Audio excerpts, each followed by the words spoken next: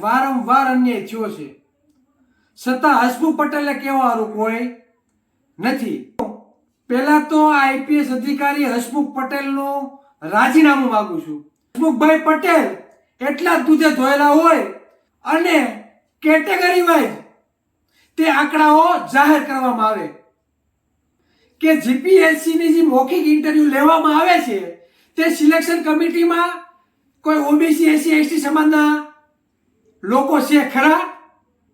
તો કે નહીં. તો રસોડામાં કબજો જ બીજા લોકોનો હોય તો તમને શું પીરસવાના ભાઈ? લોકોને હું કહેવા માંગુ કે ખરેખર આંખો ખોલો. જય સંવિધાન. જ્યારથી ભૂપેન્દ્ર પટેલની સરકાર બની છે ત્યારથી જીપીએસસીના નવા અધ્યક્ષ તરીકે હસમુખ પટેલની નિમણૂક કરવામાં આવી.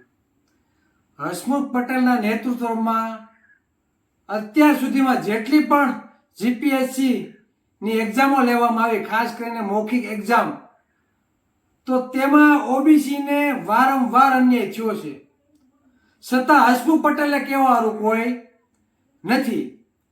ઓબીસીના એક દીકરા તરીકે હું પહેલા તો આઈપીએસ અધિકારી હસમુખ પટેલનું રાજીનામું માંગુ છું અને આ ભૂપેન્દ્ર પટેલની સરકારને પણ કહેવા માંગુ છું કે આનું રાજીનામું વહેલામાં વહેલી તકે લેવામાં આવે.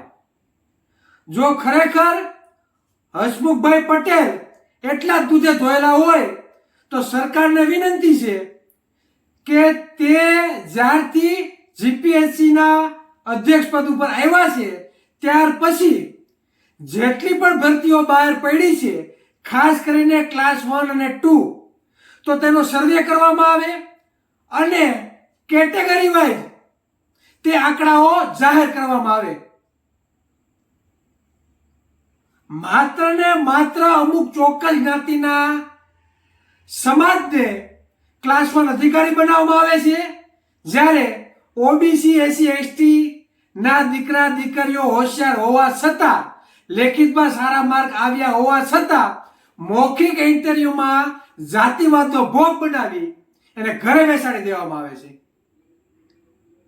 એનો મતલબ એ કે આ સરકાર જ એવું ઈચ્છે છે કે ઓબીસી એસસી એસટી સમાજના દીકરા દીકરીઓ ક્યારે પણ એવા ઉચ્ચ હોદ્દા ઉપર ન આવે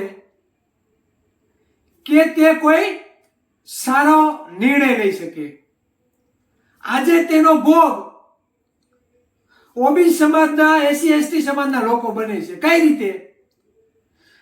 મહુવામાં તમે જાઓ, કોળી સમાજના 92 જણા ઉપર 307 કરવામાં આવી, બહેનોને પણ ચામડા લાલ કરી નાખે તેવા ધોકા મારવામાં આવ્યા.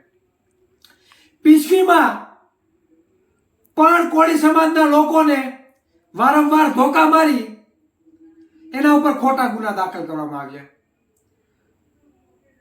તમે હાલ વિષયાનો જે બનાવ છો તેમાં પણ કોળી સમાજ ઉપર દમન કરવામાં આવ્યું.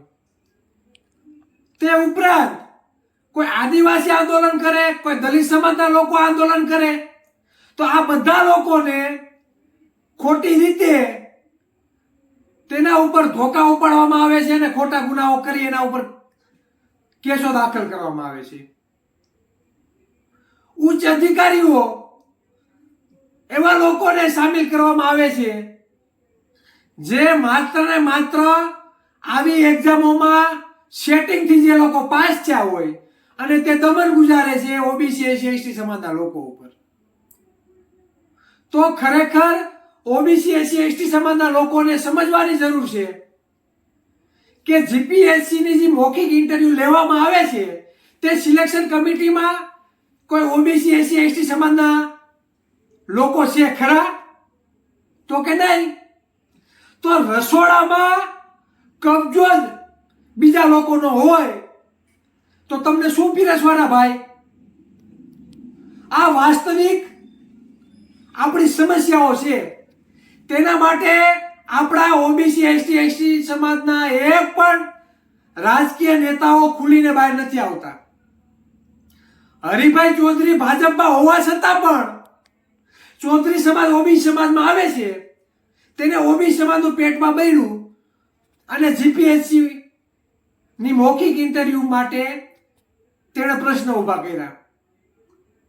તો એક ઓબીસી ના દીકરા તરીકે હું આ ભૂપેન્દ્ર પટેલ ગુજરાતના મુખ્યમંત્રીને કહેવા માંગુ છું કે ભાઈ હસમુખ પટેલને રાજીનામું લઈને પેલા ઘર ભેગા કરો અને તેના ઉપર એક્શન કમિટી બેસાડી અને ફરજ ઉપર જો ખરેખર બેદરકારી દાખવી હોય તો એને જેલ હવાલે કરો. ખરેખર જીપીએસસી ની જે મૌખિક ઇન્ટરવ્યુ લેવામાં આવે છે તે પારદર્શી નથી. અગાઉ પણ ઓબીસી સમાજ પ્રજાપતિ સમાજમાંથી આવતા જયેશભાઈ વરિયા આ અમારા મિત્રએ જીપીએસસી માં ઘણી વખત મૌખિક ઇન્ટરવ્યુ આપી છે અને તે આ ઇન્ટરવ્યુનો ભોગ બન્યા છે. તેમણે ગપસપ ઇન્ટરવ્યુ નામની પુસ્તિકા પણ લખેલી અને તેમાં સમગ્ર કૌભાંડ એને દર્શાવેલું છે. તો ઓબીસી સમાજ એસસી એસટી સમાજના લોકોને હું કહેવા માંગુ કે ખરેખર આંખો ખોલો. અત્યાર સુધી જે ભરતીઓ વહી ગઈ છે તે ક્લાસ 1 અને 2 અધિકારીઓ જેટલા પણ બન્યા છે તે કયા સમાજના બન્યા છે અને આપણી અત્યાર સુધીમાં કેટલી નોકરીઓ ખવાઈ ગઈ છે તો તેનું જવાબદાર કોણ? આ એક ગંભીર બાબત છે જે આપણે વિચારવું રહ્યું. તો ખરેખર ઓબીસી એસટી સમાજના લોકોને ખરેખર એક થઈ અને આ મુઠ્ઠી પર લોકોની જો સરકાર હોય તો આને ઘરે બેસાડવી જોઈએ અને સત્તા ઉપર કબજો કરવો જોઈએ. જય સંવિધાન, જય ભારત.